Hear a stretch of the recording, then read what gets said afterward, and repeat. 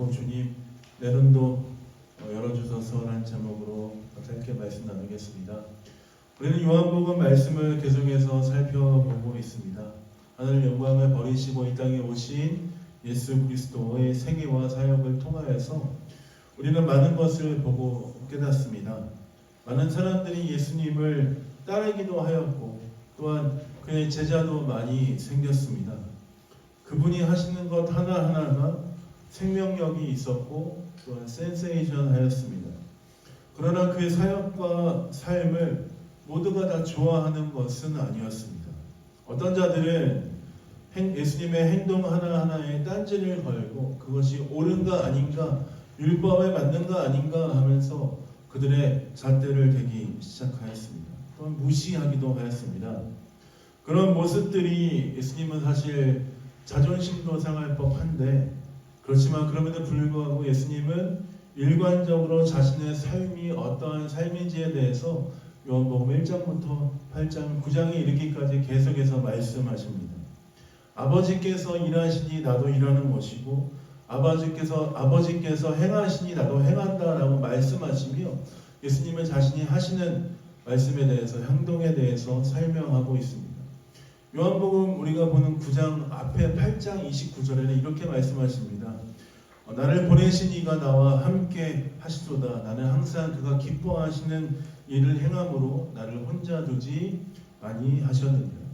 예수님은 아버지께서 보내셨다라고 말씀하시고 또한 아버지께서 기뻐한 일을 행하고 계신다.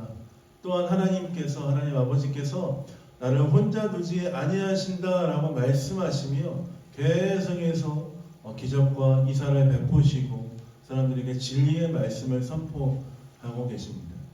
저는 예수님께서 나를 보내신 이가 나와 함께 하신다라는 그 말씀, 이 8장 29절 그 말씀을 하셨는데 그 말씀이 우리 성도와 저의 삶 가운데도 하나의 지표가 되는 말씀이 아닌가라는 생각을 해봅니다. 나를 보내신 이가 나와 함께 계시도다. 하나님께서 우리를 벨린 땅에 보내셨죠. 우리는 결코 우연히 온 것이 아닙니다. 또한 하나님께서 우리를 보내시고 우리와 함께 하시고 우리 가운데 역사하고 계시니 우리는 두려울 것이 없습니다. 어떠한 상황에 있든지 어떠한 마음의 불안함이 있든지 우리는 두려워하지 않습니다. 왜 그러십니까? 우리를 보내신 이가 우리와 함께 하시기 때문입니다. 그래서 이 벨린 땅에서의 삶이 결코 외롭거나 두려운 삶이 아니고 하나님과 함께하는 은혜와 기쁨의 삶이라고 믿습니다.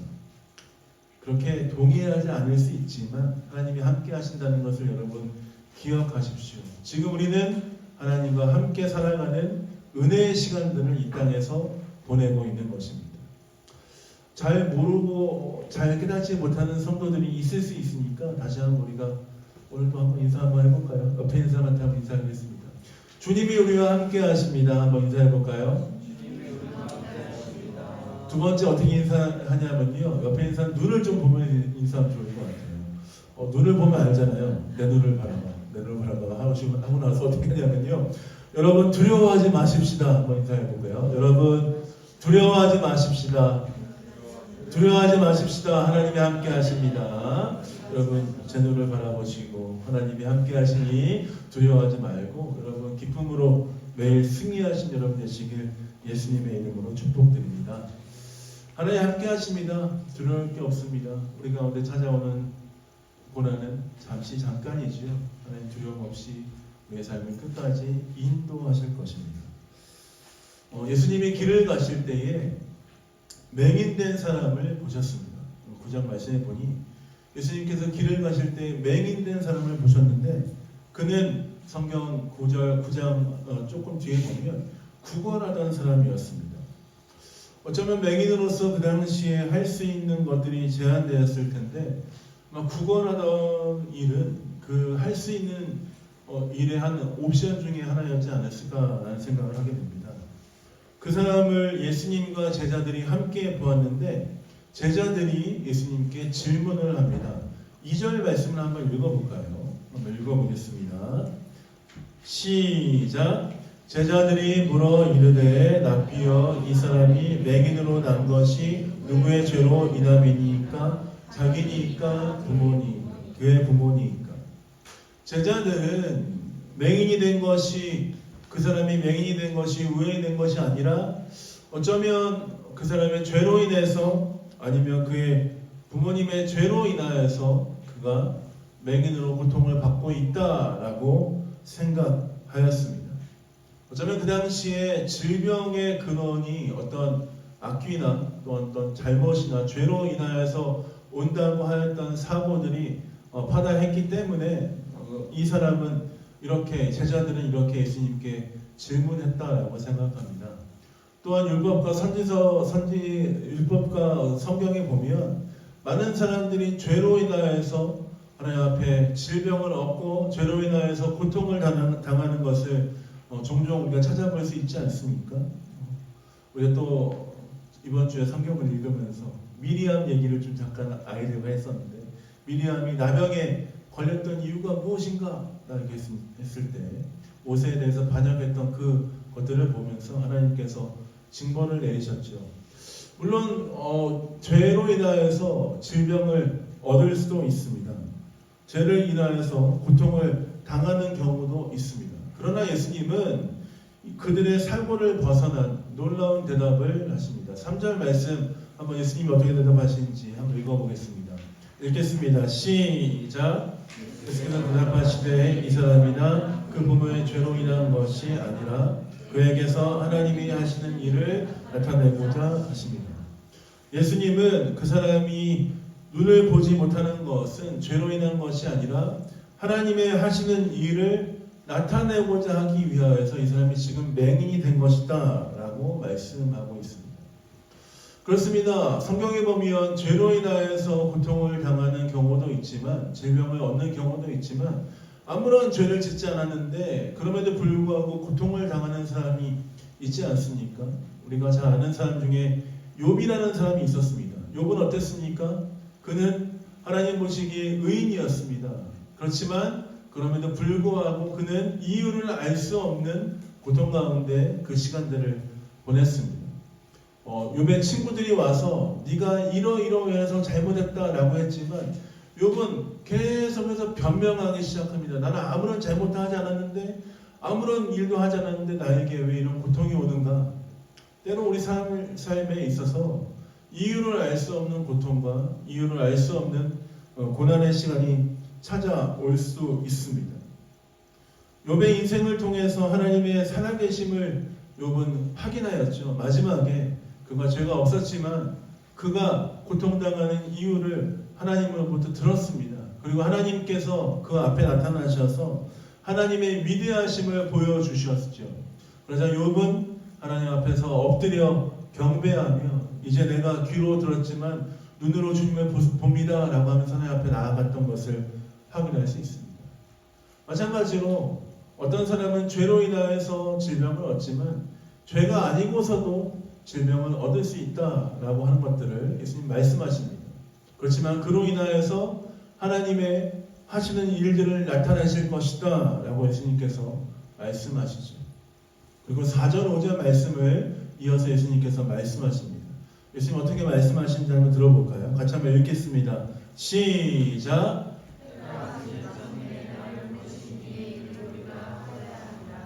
밤이 오리라 그 때는 아무도 일할 수 없느니라 내가 세상 위에 동안에는 세상의 빛이로다. 예수님께서 뭐라고 말씀하십니까? 때가 아직 낮이다. 내가 일을 하여야 한다. 밤이 오면 일을 할 수 없다. 라고 말씀하시며 하나님 아버지께서 보내신 때에 하나님의 일을 하신다라고 말씀하시며 예수님 어떻게 행하시냐? 땅에 침을 뱉어서 진흙을 이겨서 눈에 바르시고 그 사람들로 맹인더러 보냄을 받았다라는 그 이름의 실로암이라는 곳에 가서 씻으라라고 말씀하셨습니다. 실로암에 가서 그 사람이 씻으니 그의 눈이 밝아져서 보게 되었다라는 것들을 우리는 확인할 수 있습니다. 사람들이 눈이 밝아져서 돌아온 그 사람을 보면서 이 사람이 구걸하던 사람인지 아닌지 그들 가운데 논쟁이 있었지만 그들은 이내 그가 눈먼 자였음을 확인할 수 있었습니다. 그런 다음에 물었습니다. 어떻게 물었냐면 어떻게 눈이 떠졌는가라고 물었습니다. 그러자 어떻게 대답합니까? 11절입니다. 11절 말씀을 읽어보겠습니다. 읽겠습니다. 시작. 대답하되 예수라 하는 그 사람이 이겨 눈에 바르고 나더러 실로암에 가서 씻으라 하기에 가서 씻었더니 보게 되었노라. 그는 아주 단순하게 예수님이 하신 일들에 대해서 설명합니다. 나에게 가서 진흙을 이겨 내 눈에 바르시고 가서 씻었더니 내가 낫게 되었습니다. 회복이 되었습니다. 그가 나를 회복시켜 주셨습니다. 라고 이야기하였습니다. 아주 단순하게 예수님이 하신 일들을 나열하였고 사람들에게 그것들을 보여주었습니다. 오늘 우리가 이 말씀 본문을 통해서 우리에게 주시는 하나님의 메시지를 간단하게 하나 나누고 우리가 이 시간에 기도하며 주 앞에 나아가길 원합니다. 그것은 하나님의 주권에 관한 이야기입니다. 하나님은 우리의 삶의 모든 것을 주관하심을 믿고 확실히 믿고 우리는 하나님께 우리 인생을 맡겨야 합니다. 따라해 보겠습니다. 하나님께서 모든 것을 주관하시는 분이심을 확실히 믿고 우리의 인생을 맡겨야 한다. 그렇습니다. 우리는 하나님께서 모든 것을 주관하신 분이심을 확실히 믿을 뿐만 아니라 우리의 인생을 맡겨드려야 합니다. 본문의 맹인의 모습을 보면서 제자들은 물었습니다. 이 맹인된 사람 누구의 죄 때문입니까? 예수님은 그것이 죄에 대한 문제가 아니라 하나님이 하시고자 하는 일들을 나타내고자 하신 것이다 라고 말씀하시고 그를 회복시켜 주시고 고쳐 주셨습니다. 이 사건을 통해서 하나님으로부터 왔다고 말씀하시는 예수님이 어떠한 능력을 갖고 있는지 어떠한 능력을 갖고 계신지에 대해서 모든 사람들이 보게 되었습니다.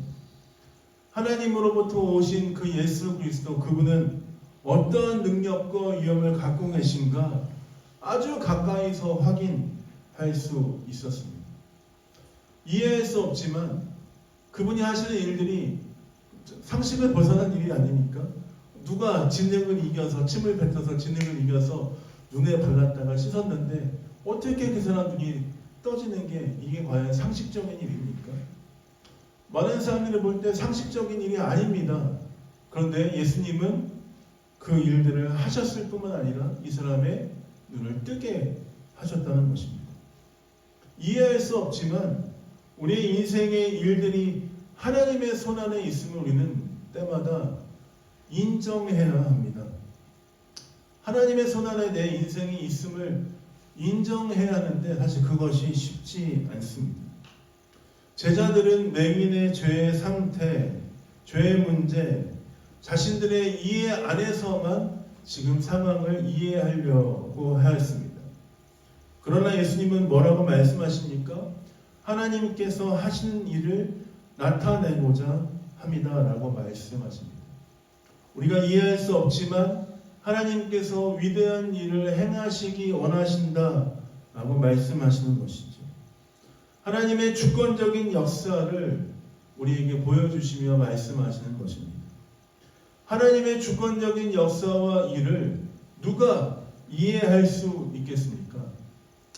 하나님의 주권적인 역사와 일을 목사인 제가 설명할 수 있을까요? 아마 제가 설명할 수 있는 것도 분명히 한계가 있을 것입니다. 왜냐? 저도 한낱 인간에 지나지 않기 때문입니다. 하나님의 일은 하나님이 보여주시고 하나님을 통해서 설명이 가능한 것입니다. 우리는 하나님이 보여주시는 곳까지 나아갈 수 있고 하나님이 알려주시는 것까지 알 수 있습니다. 어떻게 하나님께서 우리 삶의 진리를 알려주시고 보여주십니까? 우리에게 주신 말씀을 통해서 하나님을 보여주십니다. 말씀을 통해서 우리는 하나님을 보고 깨달을 수 있죠. 그리고 우리가 어떻게 하나님의 보여주시고 알려주시는 길까지 나아갈 수 있습니까? 말씀에 인도하시는 길을 통해서 우리가 주께서 알려주시는 길까지 나아갈 수 있다는 것입니다. 우리는 때로 내 삶에 주어진 문제를 스스로 해결하려고 너무나 문제에 집착하며 문제에 집중하는 경우가 많습니다. 내 문제는 내가 제일 잘 알아 라고 생각할 때가 있죠. 마치 부모님들이 내 병은 내가 제일 잘 알아, 허튼 데 돈 쓰지 말고 내가 알아서 할 테니 걱정하지 말아라, 이렇게 가끔 전화 오시는 것처럼 때로 우리는 내 인생에 대한 문제를 내가 가장 잘 해결할 수 있다라는 착각 가운데 있습니다. 자신의 문제와 상황에 집착하게 되면 우리는 그 문제를 넘어서서 한 발짝 앞으로 나아갈 수 없습니다. 때로는 내 인생을 바라보면서 환경을 탓하기도 하고 부모님을 탓하기도 합니다. 나는 왜 이런 집안에서 태어났는가? 또한 이 세대를 탓하기도 합니다.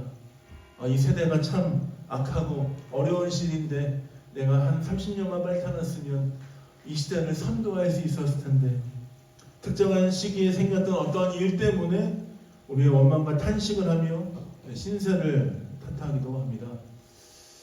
요즘 우리가 좀 인터넷이나 또 여러 가지 영상이나 이런 걸 보면 주로 자주 하는 말 중에 저는 이 말을 들을 때마다 조금 의아해하는 경우가 좀 있었습니다.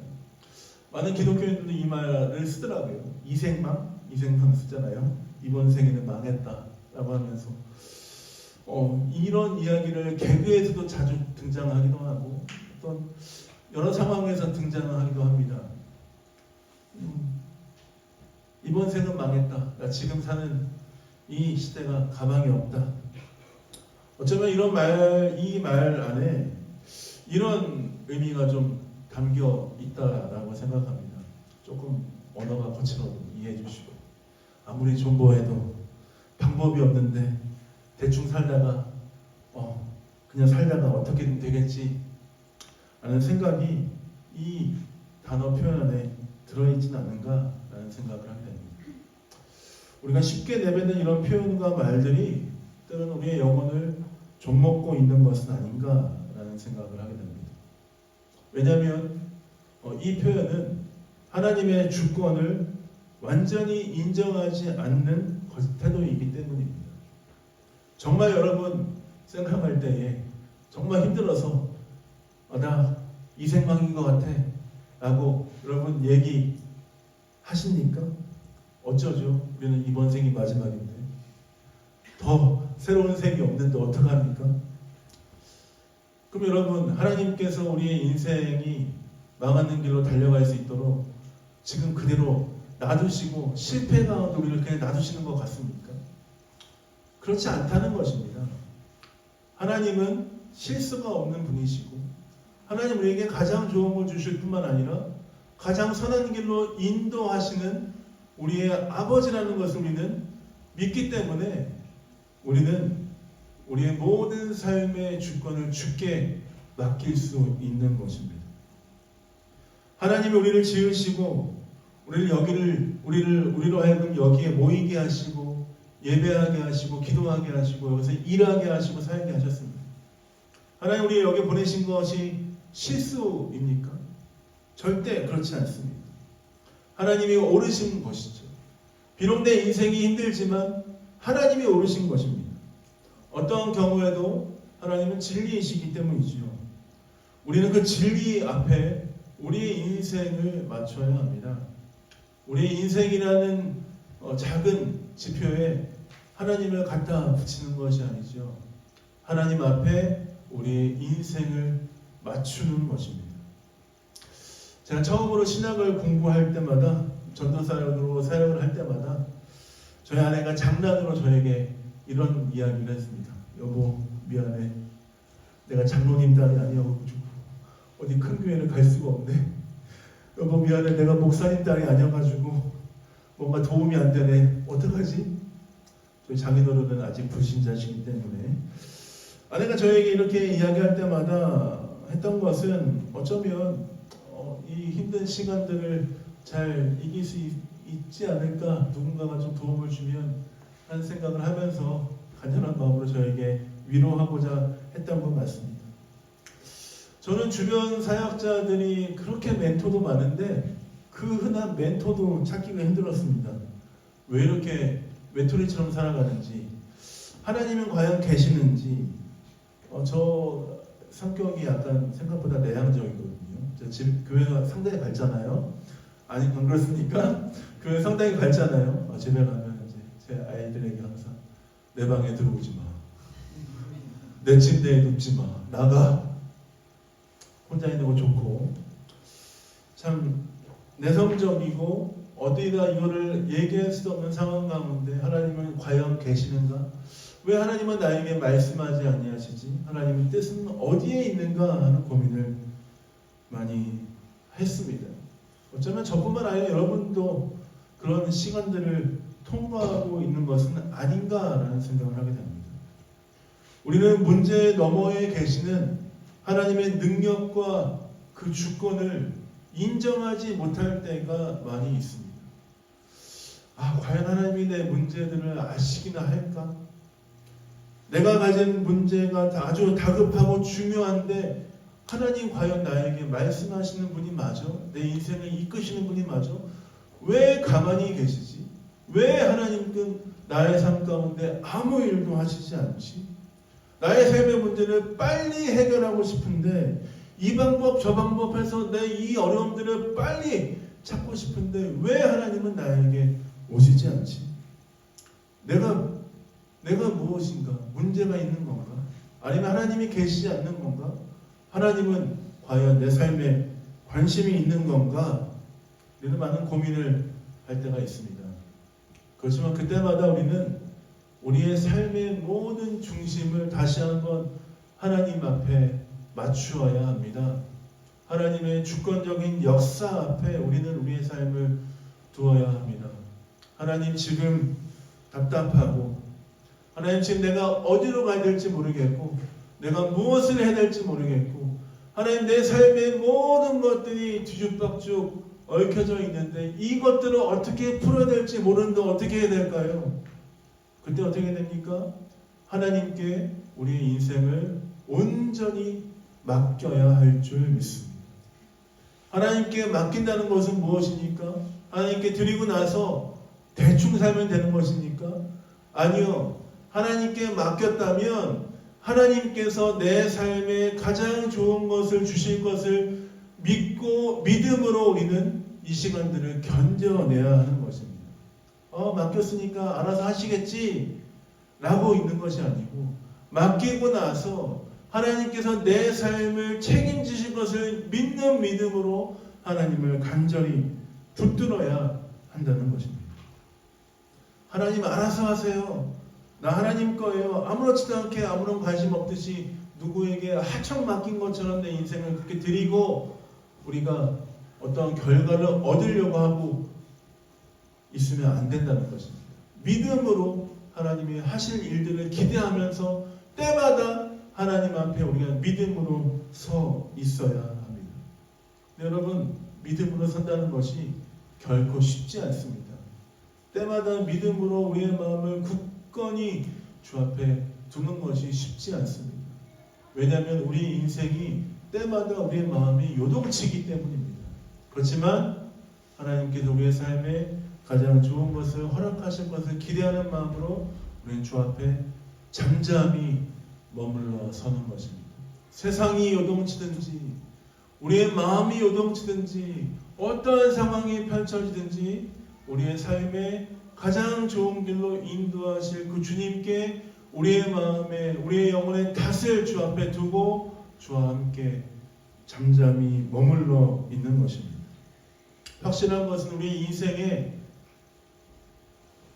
하나님께서 최고의 것을 허락하신다는 것을 기억하면서 우리는 계속해서 주 앞에 머물러 있어야 합니다. 말씀을 마무리하겠습니다. 우리의 삶의 주도권을 하나님께 드리는 인생이 되어야 합니다. 하나님 모든 것을 통치하시고 다스릴 수 있는 분이신 줄 믿습니다. 그 주님을 확실히 믿고 또한 믿음 안에서 확실히 서 있기를 결정하며 주 앞에 나아가십시오. 하나님 우리 삶 가운데 놀라운 일을 행하실 뿐만 아니라 하나님의 영광을 보여주실 것입니다. 하나님의 하시는 일들을 우리 삶 가운데 나타내 주실 것입니다. 그 은혜 앞에 그 영광 앞에 함께 참여하며 주와 동행하는 여러분 되시길 예수님의 이름으로 축복드립니다. 제가 기도하고 오늘 말씀 마무리하도록 하겠습니다.